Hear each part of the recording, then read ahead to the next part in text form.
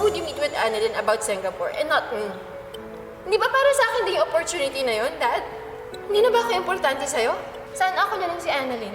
Kasi mukhang she's the daughter that you never had. Hindi naman talaga madaling magpatawad, pero pwede ko naman subukan.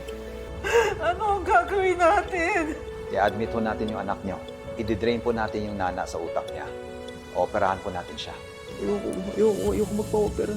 Sa tingin mo ba, mas gugustuhin ng papa mo na isakripisyo mo yung pagpapagaling mo dahil sa memories mo sa kanya? Sa tingin mo ba, papayag siya na mamatay ka dahil sa mga alaala mo sa kanya? Kasi ako, sa tingin ko, hindi. Sa tingin ko, mas gugustuhin niyang makalimutan mo siya. Kasi di ba ganun naman yung mga magulang? Inuuna nila tayong mga anak nila kaysa sa sarili nila. Ako po, Tito Michael, kung operahan po ako tapos may isang tao po akong makakalimutan, tapos kayo po yun, hindi na lang po ako magpapa-opera. Kasi ayoko pong makalimutan po kayo eh. Ikaw talaga, love na love talaga kita. Pero Tito Michael, seryoso po ako ah. Nilinisin po kasi nangyari sa pasyente ko eh. Ah, talaga? O tara, 13 minutes na lang. Kain na tayo. Tara po. Ha?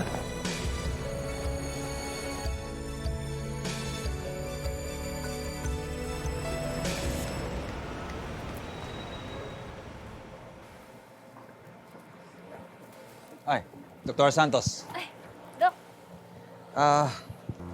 Galing kasi ako sa labas kanina. Naisipan kitang dalhan ng pagkain. Dok, thank you po ah, pero pasensya na po kayo. Kumain na po kasi ako eh. Tsaka nakakahiya naman po. Sige. Pero, siguro naman, hindi mo tatanggihan to. Ikaw po, Dok ah. Alam mo po, hindi ko matatanggihan to eh. Paborito ko to eh. Dok eh. Hindi talaga ako kumakain ng matamis, pero minsan masarap kumain pag may kasal. And you know, I remember the first time na nagkita tayo. Ito rin yung kinakain mo.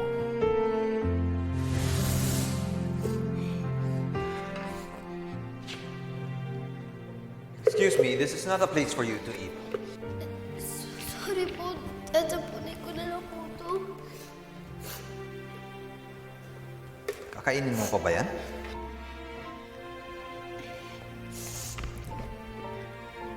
Sayang naman po kasi napa naman po 5 seconds. Alam po, Dok, hindi ko din po makakalimutan yun.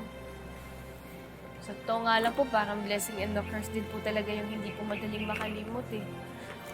Kasi syempre po, naalala ko yung mga masasaya, tsaka yung mga masasakit din po. Kaya ba ganun na lang yung hugot mo sa pasyente mo kanina? Dahil hindi mo pa rin nakalimutan yung nagawa ng tatay mo? Eh, syempre, Dok, hindi naman po madaling makalimot dun sa tatay na inabandon ako. What if you see him again? Sa tingin mo, may galit ka pa rin sa kanya? Sa totoo lang po, Dok, hindi ko po alam. Tsaka di na rin naman po babalik po yun sa buhay po namin. Tsaka wag na lang din po siya bumalik para wala na po talaga akong maalala tungkol sa kanya.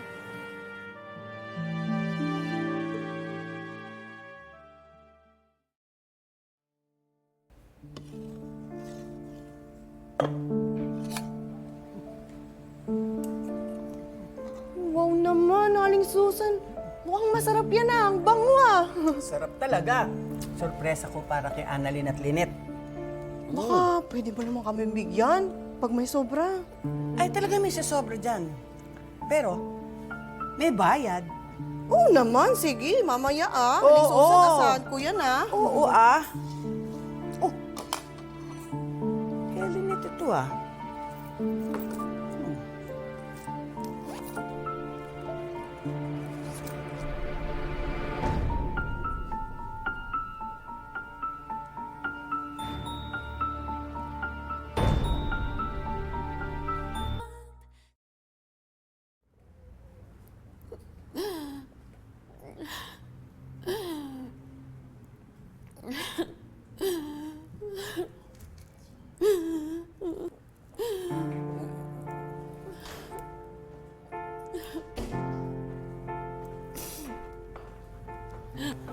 alam kong bad mood ka pa, kaya dinalang ka ng paborito mong ice cream.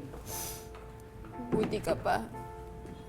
Kahit wala ka namang atraso, si Dad, wala. Hindi man lang nag-message, hindi man lang nag-text, hindi man lang niya ako kamustahin. Wala, kinalimutan niya talaga. Alibhasa, aliw na aliw siya dun kay Annalyn. Siguro, Ma'am, it's much better kung maghanap na lang ako ng ibang hospital. I understand how you feel, anak. Pero huwag ka sana sumuko. Huwag ka kagad magtatampo. You know what? You should be more like Annalyn. What? Annalyn! Ano naman? Oh, because she's always reaching out to your dad. She's always talking to your dad. Baka sa ganung paraan makuha mo yung loob ng daddy mo ulit. Suyuin mo. Ma'am, di ba yun yung ginagawa mo? Nag-work ba? Hindi naman kayo nagbalikan Wala. He's already shut his door. Kahit ano pang katok natin, Ma'am, hindi na tayo pagbubuksan kasi kanilimutan niya na tayo.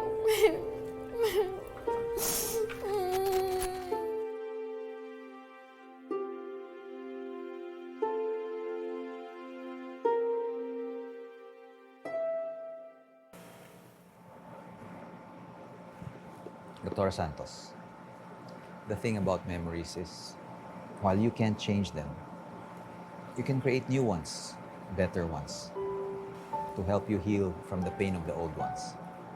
Gaya ng sinabi mo sa pasyente mo kanina. Gaya ng ginawa niyo pagtanggap mo sa lola mo. Kahit na hindi maganda yung memories mo sa kanya, pwede kayo gumawa ng bago, mas magandang memories.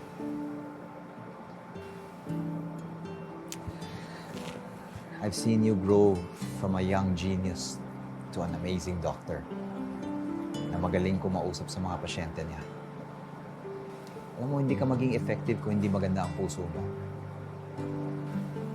And I just want to say, proud na proud ako sa'yo. At kung nandito yung tatay mo, I'm sure na yun din ang sasabihin niya sa'yo.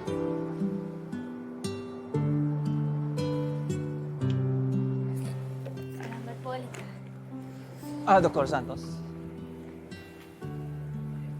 I'm sure sising-sisi siya na hindi siya nabigyan ng chance na maging tatay mo. Na ang laking tanga at duwag niya, na iniwan niya kayo. And I'm sure magsusorry siya sa'yo. Kaya, Dr. Santos, on behalf of your absentee, irresponsible, worthless father, I'm sorry.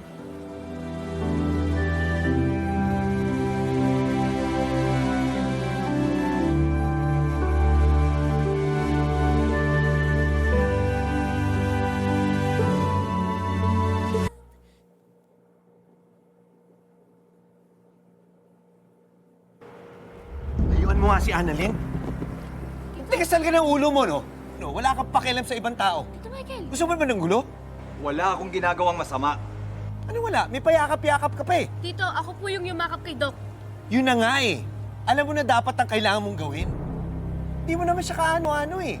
You should be professional with your work. Bakit pa hirap na hirap ko sundin yun? Tito, tama na. Tara na po. Eh bakit ba ako susunod sa'yo? Hindi mo rin naman kaano-ano si Dr. Santos. Paulit-ulit lang. Ako nga nag-alaga sa kanya mula bata pa siya. Pati ko ba? Ano ba ang bag mo? Tito Michael, tara na. Ano nga ba? Tara na po. Oo nga pala. Teka lang. Naalala ko. Nung inaway ng anak mo to si Annalyn sa med school, syempre kinampihan mo yung anak mo. Tito, tama na po. Tara na. Nung tumuntong dito si Annalyn sa ospital, pinaginitan mo, di ba? Pinagdudahan mo. Sabi mo, bida-bida. Tito Michael, tara na po. Tama na yan. Tara na. Alam mo ikaw, wala kang pinagkaiba doon sa totoong tatay ni Annalyn. Wala kang kwenta. Tito! Doc! Ano ba? Tama na! Ikaw ba yabang? Tito, tama na Tigas ang po. ulo mo eh. Dr. Santos, Kala mo urungan kita, ha? Tito Michael, ano ba?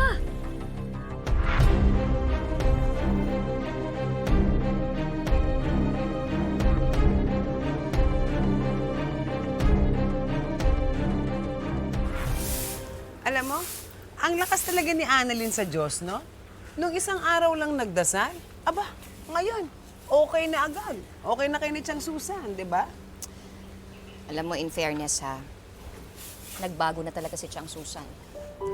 Talaga palang nagbabago ang tao, no? Ikaw kaya, Cromwell, kailan magbabago yung face mo?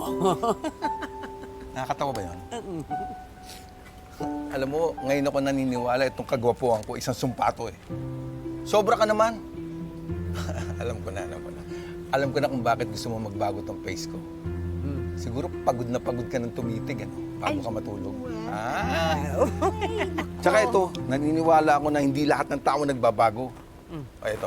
Bakit si Dr. Tanyag? Hoy, don't say bad words. Ikaw ang ganda-ganda ng kwentuhan kung ano-ano sinasabi mo. Hindi, ini-example ko lang, ha?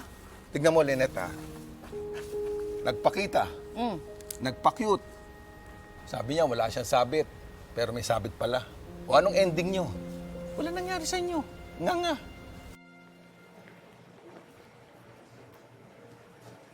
Tito Michael, tubig po muna kayo. Salamat. Nahiwa mo to. Kaya ako bumalik eh. Thank you po.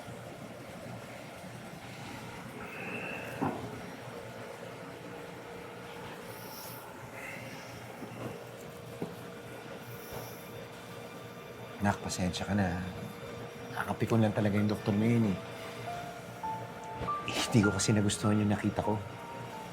Magkayakap kayo. Tito Michael, parang wala naman po mali doon sa ginawa namin Tsaka sinabi ko nga po kanina, ako po yung yumakap sa kanya.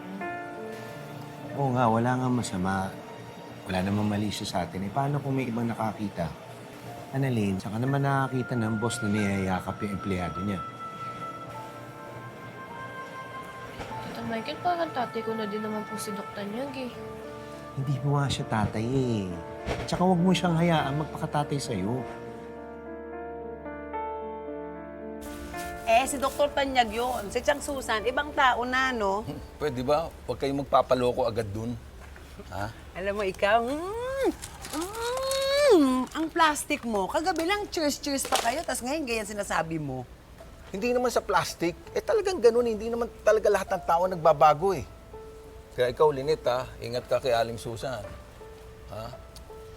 Alam mo, Cromwell, hindi ko naman kagad tinanggap si Chang Susan eh. Pero nakita ko naman talaga na nagbago na siya. Naku, alam niyo ba? Pinagtanggol pa nga niya ako kay Ma'am Moira. Naturalmente. Ha? Siyempre, walang matuluyan yung matanda eh. Kaya ayun, drama-rama sa hapon. Alam mo, alam ko na kung bakit ka ganyan. Palibhasa na isahan ka ni Chang Susan dahil nakuhanan ka niya ng 20. Sayang din yun. 20 rin yun. Tsaka marami akong kakilalang manloloko, may itim ang budhi. Sabi, magbabago. Ayun, manloloko pa rin. Maitim pa rin yung budhi hanggang ngayon. Naku, tama na nga yan. Basta ako ha, naniniwala ako sa pinapakita sa amin ni Chang Susan. Binigyan siya ng pagkakataon ni Annalyn, kaya gusto ko, bigyan ko din siya ng pagkakataon. Tsaka isa pa, kahit ano pang sabihin niyo, kahit ano pang gawin natin, kahit baliktarin niyo pa yung mundo, pamilya ko pa rin si Chang Susan. Yun! Tama yun! Ganun pagpamilya. Tama yun. Ano ka nga dyan?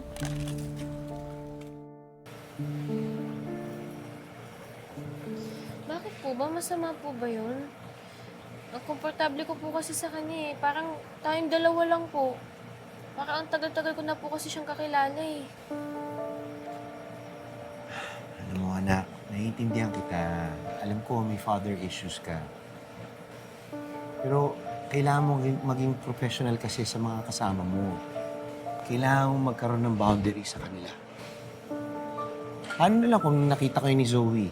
Di ba sinabi mo nga na nainis siya nung makikipag-dinner ka sa tatay niya? Iwasan na natin to, di ba? Alam mo, anak, ikaw lang naman iniisip ko eh. Gusto ko matapos mo yung residency mo na walang gulo. Gusto ko rin matupad mo yung pangarap mo na alam ko naman pinaghirapan niyo ng nanay niyo eh.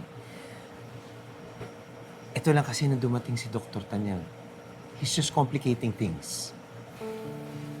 Alam mo, kahit hindi mo ko totoong tatay, kahit hindi mo ko kadugo, gagawin ko lahat para masiguro na hindi masisira ang mga plano mo.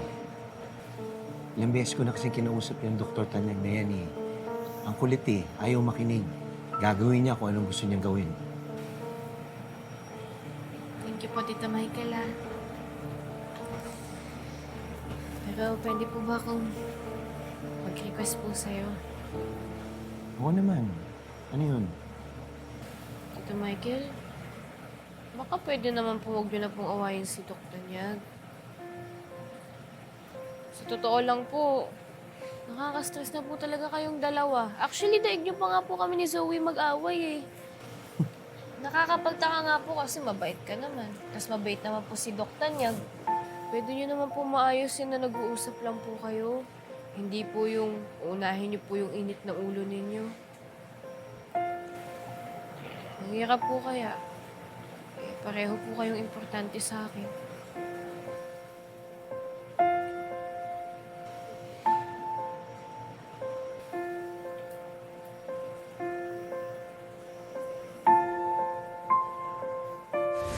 Pare, ba't mo naman hinaya muntik pa kayo magpang-abot? Ano na lang sabi ng mga nakakita? Lalo na yung mga empleyado dito. I don't care. Sumusobra na yung Michael na yan eh.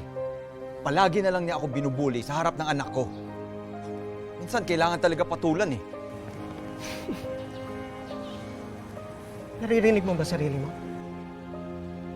Pare, as your friend, this really needs to stop. Hindi na maganda tong away niyo. Hindi lang sa image mo, sa career mo, pati na rin sa well-being mo. Ano? Lagi na lang kayong magko-contest kung sino mas tatay sa inyong dalawa? Kaya kayo titigil. Sa tingin niyo ba hindi nasasaktan si Annalyn na ang dalawang taong malapit sa kanya, pinag-aawayan siya? Ako pare, pero sa point of view ko, wala sa inyong dalawang totoong tatay. Pare, tama na ha? Ayaw namin ng gulo.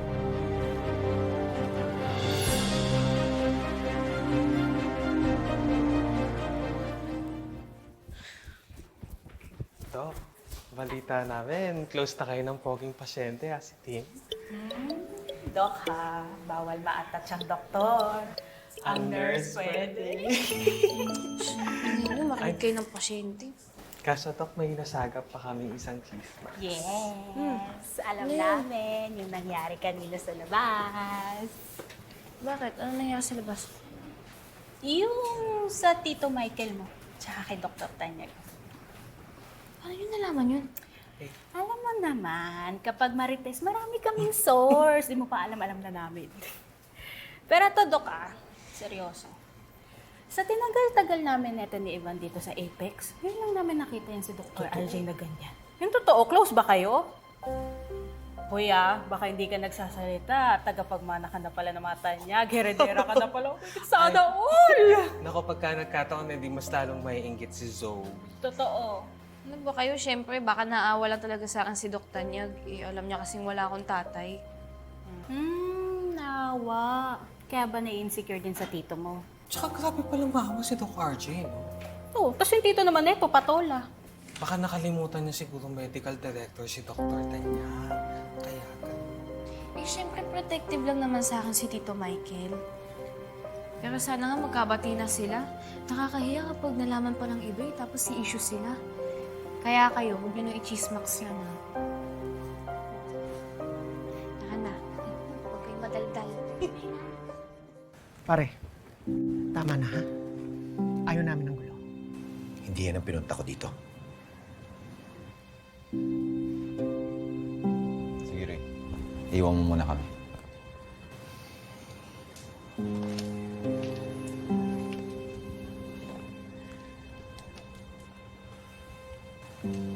Alam mo, Dok, pagod na ako sa bangayan natin eh.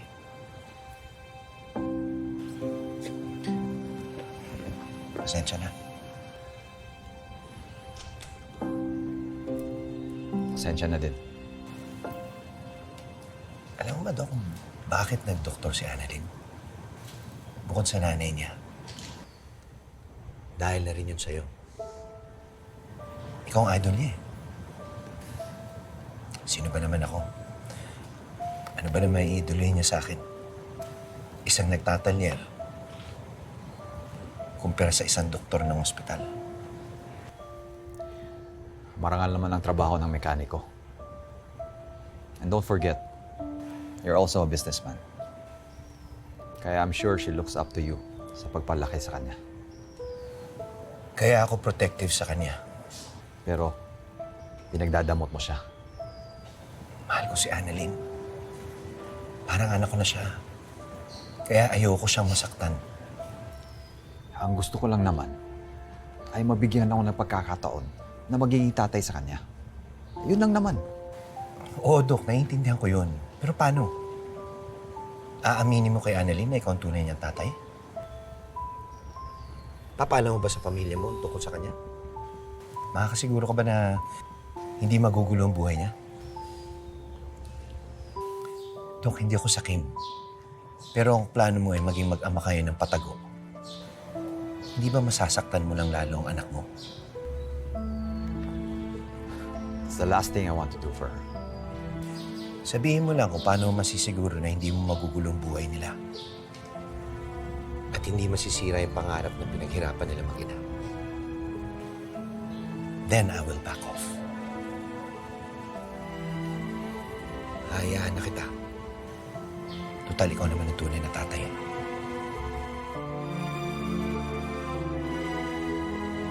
Woo! Kakapagod pala maglaba. Sakit sa katawan. Alam mo kung makareklamo kayo, wala ka naman na itulong sa amin. Muna na itulong. Oh, talaga naman. Teka muna, Diyos, sasamahan mo ako sa palengke, ha? Ay, oo naman, walang problema. Ayan. Pero napagod ka talaga, ha? Uy, Lynette, nandiyan ka pala. Oo nga pala, may iaawat sana ako. Pwede ba pakibigay naman to kay Aling Susan? Para saan ba yan? Para doon sa Bilo-Bilo. Alam niya na yun, nag-usap kami kanina. Ay, naku, ikaw na lang mabigay kay Chang, ha? Ikaw na lang. Sige, ha? Teka muna sandali, tatawagan ko muna si Annalyn na bago tayo umalis. Makareklamo. Ano nga, natituloy ko sa'yo. Nasaan na yung cellphone ko dyan, tsaka yung wallet ko? Eh, baka kung saan mo lang naman nailagay, Lynette. Naku Hindi, po. dyan ko lang nilagay eh. Wala yung cellphone mo. Wala yung wallet. Wala si Aling Susan. Alam na this. Teka, sandali. Baka naman nandun lang siya sa kwarto. Hanapin ko na rin yung cellphone ko doon, tsaka yung wallet ko, ha? Ay, ang bunganga mo, nakakahiya ka. Alam mo nga nakakahiya ka. Gamitin mo yung IQ mo. Anong gamitin IQ na? Bintang-bintang agad? Sa Aling Susan agad? Alam mo mahina ka sa brains eh. Ano yun sa brains? Wala si Chang sa loob, tsaka wala din yung cellphone ko, tsaka yung wallet ko. Yun na yun. Wala yung cellphone mo, wala yung wallet mo, wala si Aling Susan. Ano pa ba? Imposible naman yung sinasabi mo, Cromwell. Okay na kami. Pinatawad na namin siya. Tama. Imposible naman na pag nakawan niya kami, imposible yung iniisip ninyo. Oo nga, ang lahat ng bagay may explanation. Kaya pwede ba, huwag muna natin siyang pagbintangan. Basta ako malakas ang kutob ko. Ang masamang damo, will always be masamang damo. Hina ng ano mo eh. Pick up mo eh. Pero parang iba nga yung kutob ko eh. Ayoko. Sana mali ako, no? Kasi pinagkatiwalaan ko si Chang Susan eh. Ano ba naman, Lynette? Ba't kaya ka mag-isip? Hindi yan. Baka kung saan mo lang nailagay yun. Paano nga kung tama ako? Paano kung katulad din niya si RJ? Paano kung niloko din niya ako? Ayan, hindi na talaga ako natuto. Lahat na lang ng tao dito pinagloloko ko. Ganun na ba talaga ako katanga? Aba, Lynette, ang advance mo masyado mag-isip. Sandali muna, hinay-hinay lang. Ay, nako. Ganito na lang. Gusto nyo, bumaba tayo, hanapin natin si Aling Susan. Oo. Wala. Ayun. Ayun si Aling Susan, oh. Ayun siya. Kapagod. Lynette, ito ba yung nawawala mong wallet tsaka cellphone? Ayan, oh. Oo nga, yun Oo, yan. sa akin to. O, Ayun, sige yan. Bakit sabi na nasa nga inyo ba eh. to? Eh, kasi nga, Hindi, ikaw ang nagnakaw Oo, niyan. grabe kayo ha. Hawak Tandaan mo. nyo na, ganyan pa rin kayo. Kapal ho ng mukha niyo. Bakit ito nasa inyo? eh kasi nga, Hindi nga eh. Ninakaw niyo po Ikikwento ko talaga. nga eh. Hawak niyo eh. Kitang-kita Wala na kayong namin eh. delikadesa, kinupkup na kayo't lahat. Yan pa ang Sakto. gaganti nyo. Maniwala kayo sa Wala akin. kayong kwentang tao talaga. Hindi ako magnanakaw. Kitang-kita ho, hawak niyo eh. Lynette, Huwag kayaan na ho mo kayo ako. umarte. Huwag na ho Huwag kayo mo na kayo umarte. magpaliwanag, Chang. Hindi na kayo nahiya kay Annalyn? Nagmalasakit yung tao sa inyo? Pinagkatiwalaan namin kayo, tapos ano? Ito lang igaganti nyo sa amin? Baka nga tama ang Tito Michael mo na masyado tayo naging komportable sa isa't isa. Hindi naman ako ang Tatay ko. Pinaubaya ko na siya kay Michael. Basta ang pakiusap ko lang sa kanya, huwag niyang pababayaan at huwag niyang saktan yung anak ko. Well, you chose her happiness and her peace of mind. Sakit pala, no? Namimiss ko lang yung papa ko. Ito siya, he died last year. Cancer. Pero iniisip ko na lang na nag-abroad siya kaya di pa siya bumabalik. Baliktad pala tayo, no, Tim? Ako kasi iniisip ko na patay na siya. Zoe, ano tong nabalitaan ko na nag-i-inquire ka daw ng residency program sa ibang hospital? Bakit? Balak mo na ba mag-resign sa Apex? May bala ka pa bang pabalikin ako? Nay, pinaalis niyo po si Lola?